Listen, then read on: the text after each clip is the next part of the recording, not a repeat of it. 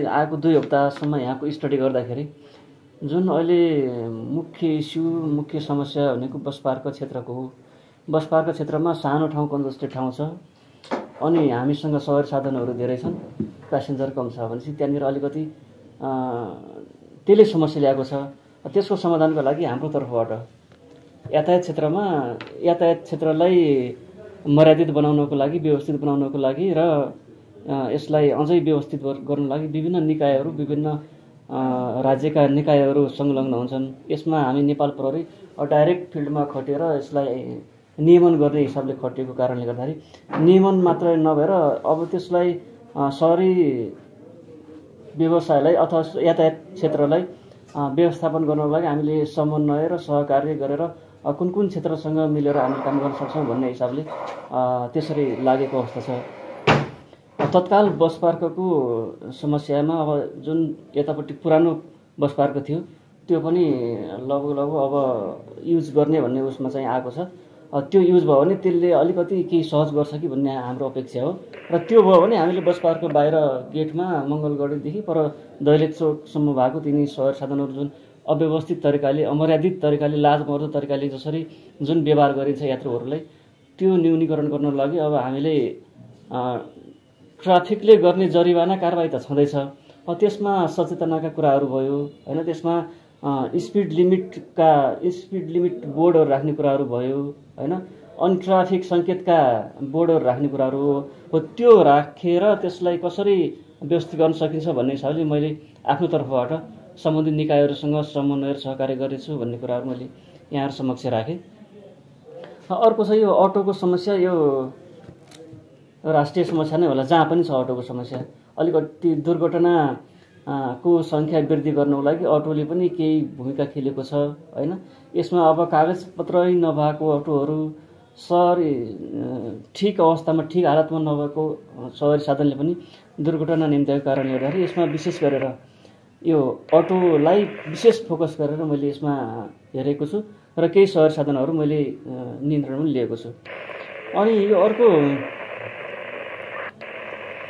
बजार क्षेत्रमा ट्राफिक लाइटको प्रयोग र जाम भन्ने सम्बन्धमा अस्ति पनि केही मैले सल्लाह सुझावहरू पाएको छु। जस्तो पिक आवर, बिहानको स्कुल टाइम अथवा साँझ स्कुल छुट्टी हुने समयमा विशेष गरेर बजार क्षेत्रमा त्यहाँनिर अलिकति हामीसँग अब अलिकति जनशक्ति पनि कम छ, जहाँको पनि समस्या हो जनशक्ति कमाउने। तर हामीसँग भएको जनशक्तिलाई मैले भरपुर युटिलाइज गरेर प्रयास गर्नेछु। जस्तो बजार क्षेत्रमा पनि मङ्गलगढ चौकदेखि वीरेन्द्र चोकसम्म जुन पहिला नो पार्किङ बोर्डहरू अथवा अल्टरनेटमा तल्लो साइडमा माथिल्लो साइडमा जसरी पार्किङ सिस्टम मिलाएको थियो, त्यसलाई अहिले पहिला सुरुमा कार्यान्वयन गरौँ भन्ने हिसाबले मैले बिहान साँझ आफै पनि छट्के गरेर त्यहाँनिर कारबाही गर्ने, त्यहाँनिरबाट हटाउने, सम्झाइ बुझाइ गर्ने कामहरू गरिरहेको छु। र अहिले त्यहाँ आइएमई चोकमा एकजना, वीरेन्द्र चोकमा एकजना र मङ्गलगढ चोकमा एकजना भयो भने त्यसरी त्यो रुटमा, त्यो मार्गमा अव्यवस्थित पार्किङ गरेर राखेका सवारी साधनहरूलाई नियन्त्रणमा लिने, कारबाही गर्ने कामहरू भइरहेको कुरा मैले यहाँहरू समक्ष राखेँ। र यो एकदम चेतनाको स्तर चाहिँ अलिकति उकास्नु जरुरी छ। यहाँ कर्णाली प्रदेशको सबै 10 वटा जिल्लाको नागरिकहरू यहाँनिर बसोबास गर्नुहुन्छ। जेब्रा क्रसिङ कसरी प्रयोग गर्ने अथवा जेब्रा क्रसिङ गर्दै गर्दा सवारीलाई रोक्ने नरोक्ने अथवा कतातिरबाट घुमाउने अथवा कतातिरबाट घुमेर जाने, त्यो स्पिड लिमिट राखेको हुन्छ, त्यो स्पिड लिमिटलाई ख्याल नगरेको लगायत यावत समस्याहरू छन्। यो जनचेतना कार्यक्रमहरू पहिला पनि भएको थियो र अहिले पनि अझ पनि हामी विशेष रूपमा यो जनचेतनालाई विशेष फोकस गरेर सबै कुराहरू ट्राफिकले कारबाही गरेर जरिवाना गरेर समाधान पनि हुँदैन। त्यसको लागि पहिला सुरुमा 50-50हरूमा आधा जसरी काम गर्दा सहज होला भन्ने मैले सोच राखेर अब जनचेतनाको कार्यक्रम पनि सँगसँगै लाने र ट्राफिक कारबाही र जरिवानाले पनि त्यसरी दुइटैलाई कम्बाइन गरेर मर्ज गरेर लिएर गयो भने त्यसले अलिकति केही सहज गराउँछ भन्ने जस्तो मलाई लागेको छ।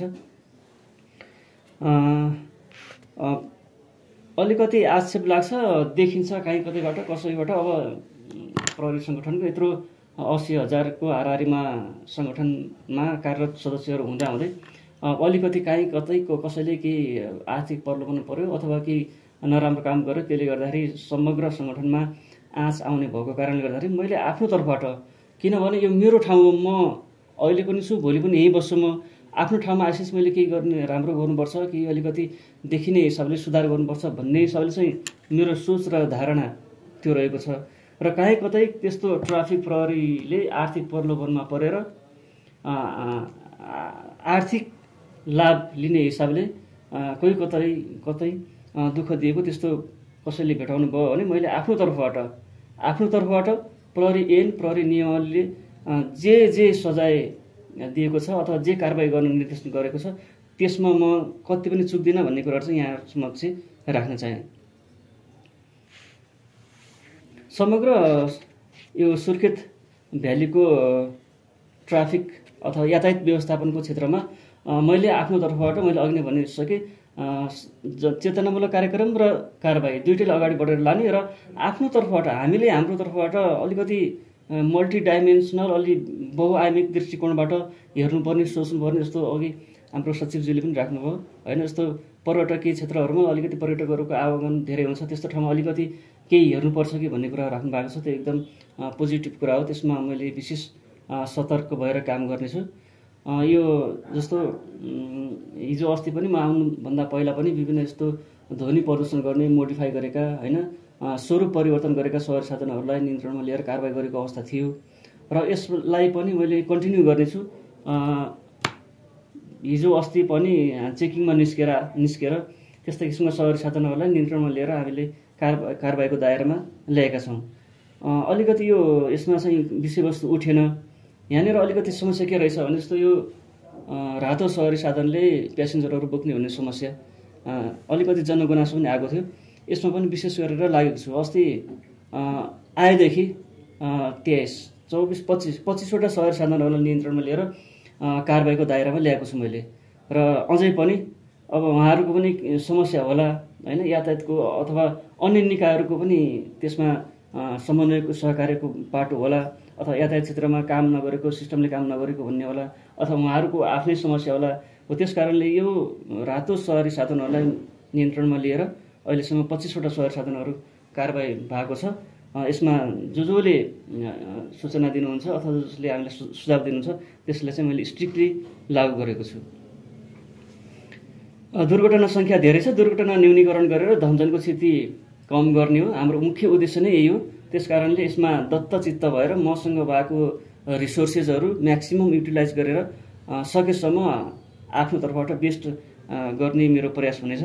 विभिन्न क्षेत्रका यस्तो स्कुल बसहरूको अवस्था, स्कुल बसहरूलाई फोकस गरेर अस्ति पनि हामीले स्कुल बसलाई फोकस गरेर स्कुल बसमा जस्तो प्रेसर हर्न राखेर चलाउनु भएको होइन, धेरै सिट सङ्ख्याभन्दा धेरै राखेर चलाएको अथवा स्कुल बसमा हुनुपर्ने मापदण्डहरू छ कि छैन भनेर हामीले अनुगमन गरेका थियौँ। र त्यसरी अनुगमन गरेपछि त्यहाँबाट भएका कानुन विपरीतका अथवा हुनुपर्ने कुराहरू नभइसकेपछि हामीले सम्झाइ बुझाइ गरेको, कारबाही गरेको अवस्था पनि छ र प्रेसर हर्नहरू निकालेर हामीले हाम्रो नियन्त्रणमा लिएर आएका छौँ। यसरी विभिन्न क्षेत्रका सवारी साधनहरूलाई सकेसम्म मर्यादित, शिष्ट र व्यवस्थित बनाउनको लागि हाम्रो भरपुर प्रयास हुनेछ। यसको लागि यहाँहरूको साथ सहयोगको पनि अपेक्षा गर्दछु। आजको यो कार्यक्रम एउटा सानो छोटो भेटघाट अथवा परिचय कार्यक्रम थियो, यहाँहरू पाल्नुभयो, यसको लागि हजुरहरूलाई धेरै धेरै धन्यवाद।